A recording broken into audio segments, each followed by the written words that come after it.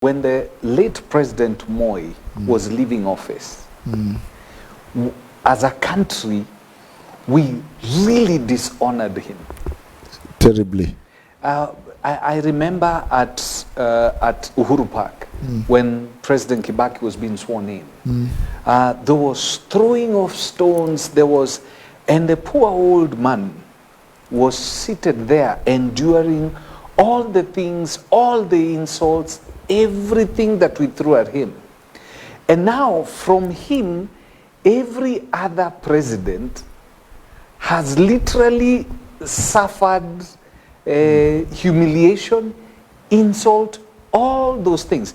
Do you think it would be a high time if it would change, or something would change, if we went to either, like now, the Gibeonites, if we went to the survivors of the late president as a nation and said, you know, we mistreated the old man and we apologize?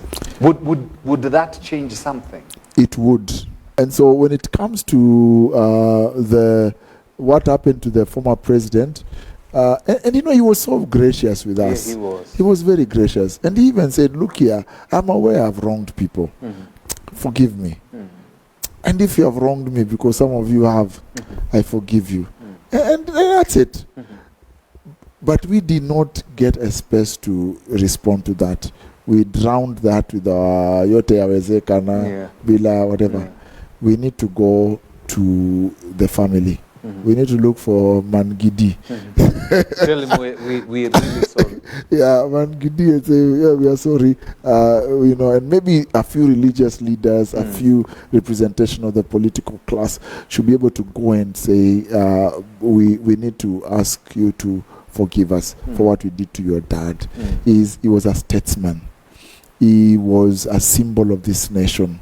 He was very gracious. I mean, if you reflect, you realize Moi did something that many African leaders his peers were not able to do. His peers were not able to do. He handed over power. Without, and I can guarantee you, there must have been voices at State House telling him, what is this you're trying to do? Yes. There must be some voices that were trying to do that, but he must have prevailed and said, no. Let's just do the right thing. And he did the right thing. I mean, that set Kenya apart in some ways, okay? Because he honored that. That set Kenyans apart as a country from other countries in Africa. But we also need to go and look for the family and say, forgive us. And you know, and something will change. It will affect something. Yep. I remember when, you know, after he passed on, the then President Uhuru Kenyatta would say that, you know, as president, he would go to see Mzee Moi, and you remember he had a bad leg, and when President Kenyatta would walk into the room, President Moi would stand up. He would stand up, and President Uhuru would tell him, please sit down, don't do that. And he would tell him, no. You are the president now. As in, he knew what it meant to honor that office.